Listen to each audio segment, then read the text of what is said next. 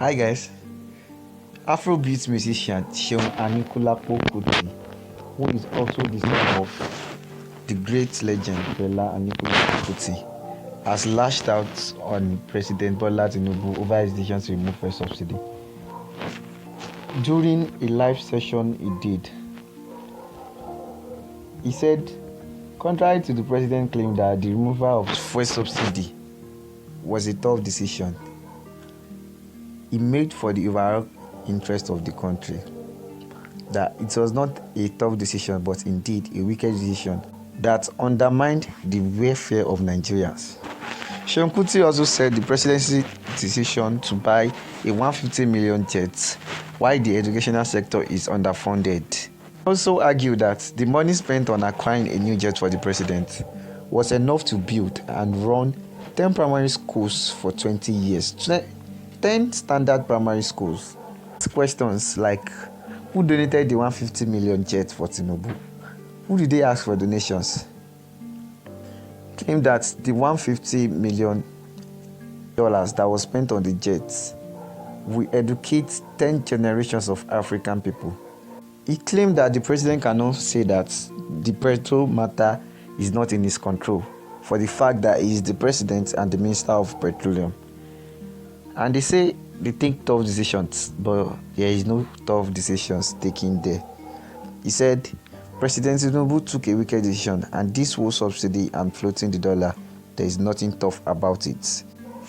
Watch the whole Instagram live session and see all the information that Seun Kuti has spilled. Like, share, and subscribe for more.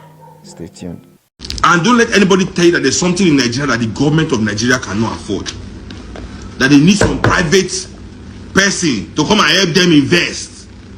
Tell that person to shut up. Tell that person to shut up. I repeat, who donate to buy $150 million jet for President Tinubu? Who donates? Who did they ask for donation? That $150 million, do you know how many schools it will build and how long $150 million can run a primary school? A good primary school, 10 good primary schools will be run on that money for at least 20 years. 10 good primary schools will be built and run that will educate 10 generations of African people.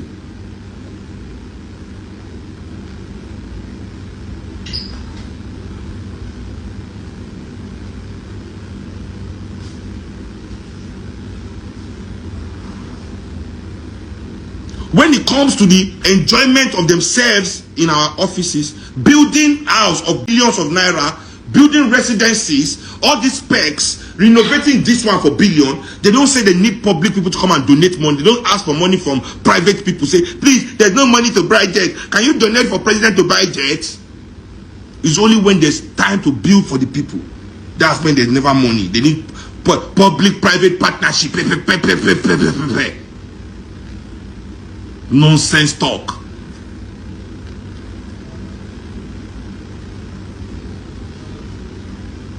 Nonsense talk.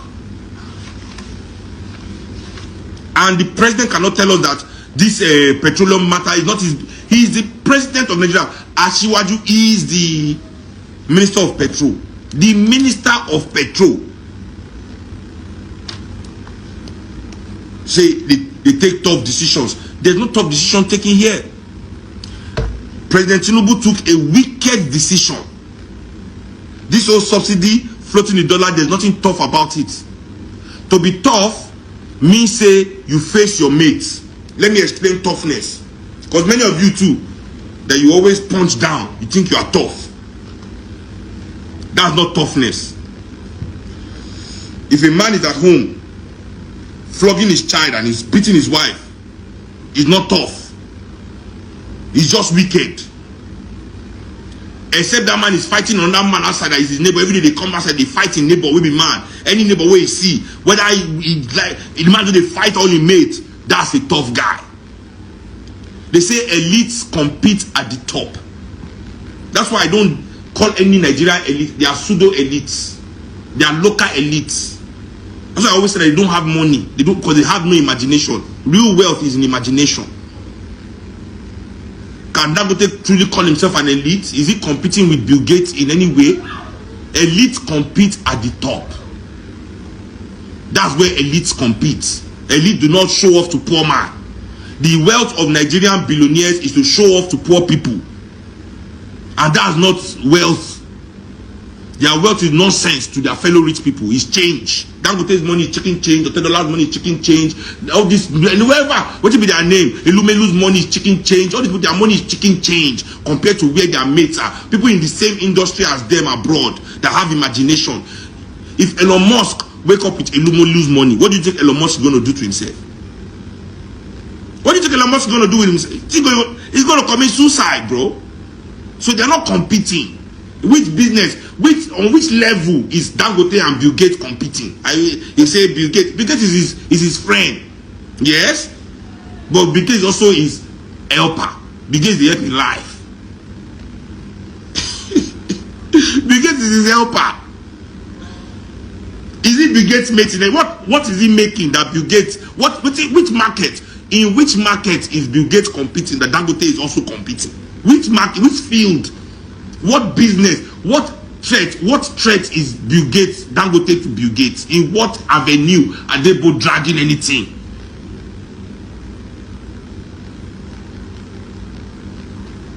Elites compete at the top. Our own elites in Nigeria, is their money is to show off to poor man. They don't compete at the top. That's why if the president, because I'm only saying it because the president, they continually talk, say, I took the tough decision. I take the tough. Will somebody have to take the tough decision? No, sir. That's not a tough decision. No, that's a wicked. You took a wicked decision. The tough decision would have been to face your fellow elites. That would have been the tough decision. The tough decision would have been, let's investigate the subsidy fraud. What caused the subsidy fraud? That is a tough decision. Tough decision will be like, say, who is manipulating the currency? Which people are going behind our back to CBN to take dollar that they should not take? Which people are buying dollar cheap and selling it high on the streets back to Aboki? Which people are using the opportunity to take dollar from the central bank and recirculate it into our system in the black market? That would have been a tough decision.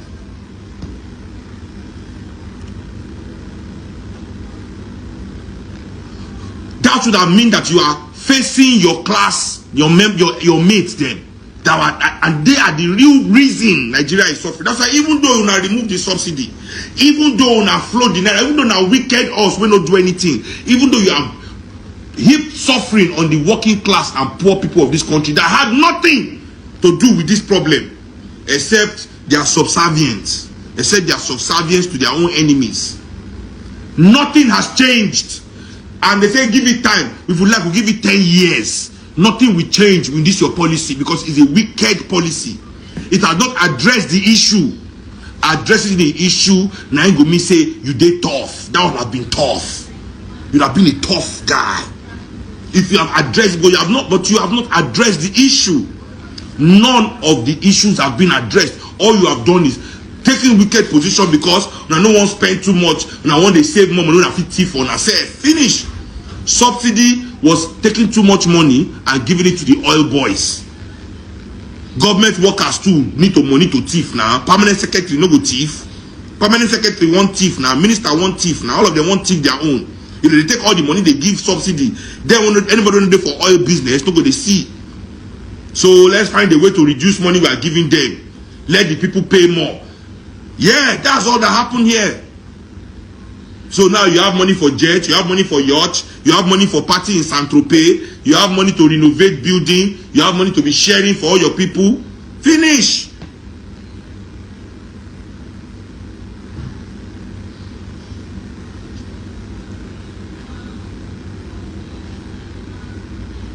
Finish. But every day I open the news, so the tough decision, the president had to take the tough decision. The president died. There was nothing tough about this decision. Nothing tough about it.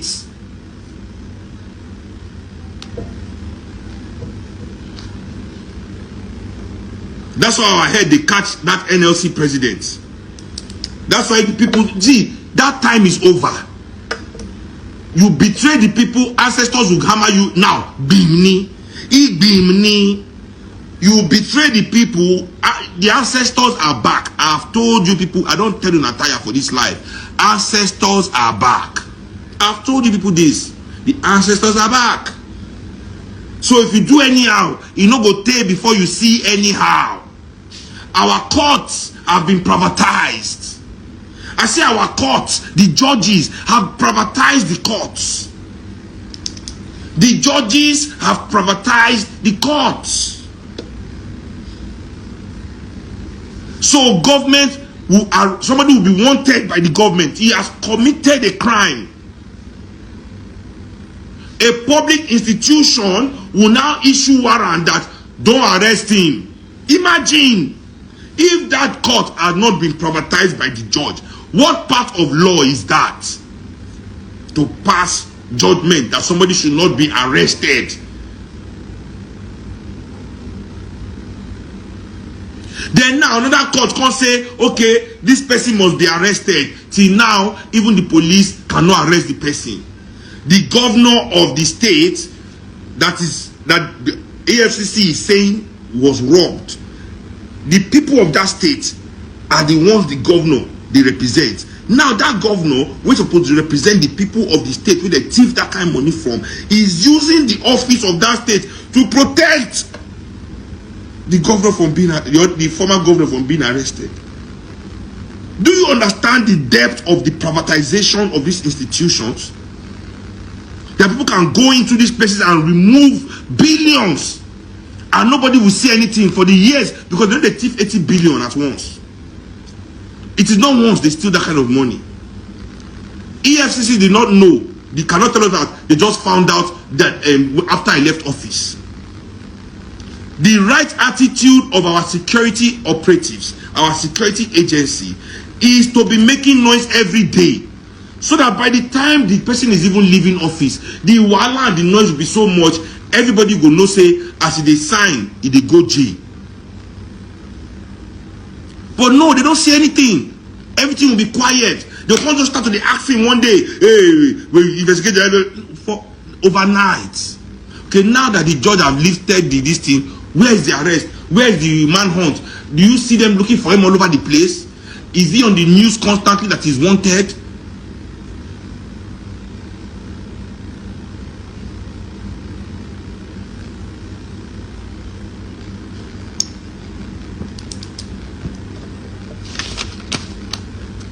The privatization of our public institutions is mad.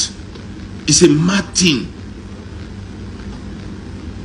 And why am I doing this live today? Because I realized talking to a lot of people, I say my people, instead of losing faith in these people, they lose faith in the institutions.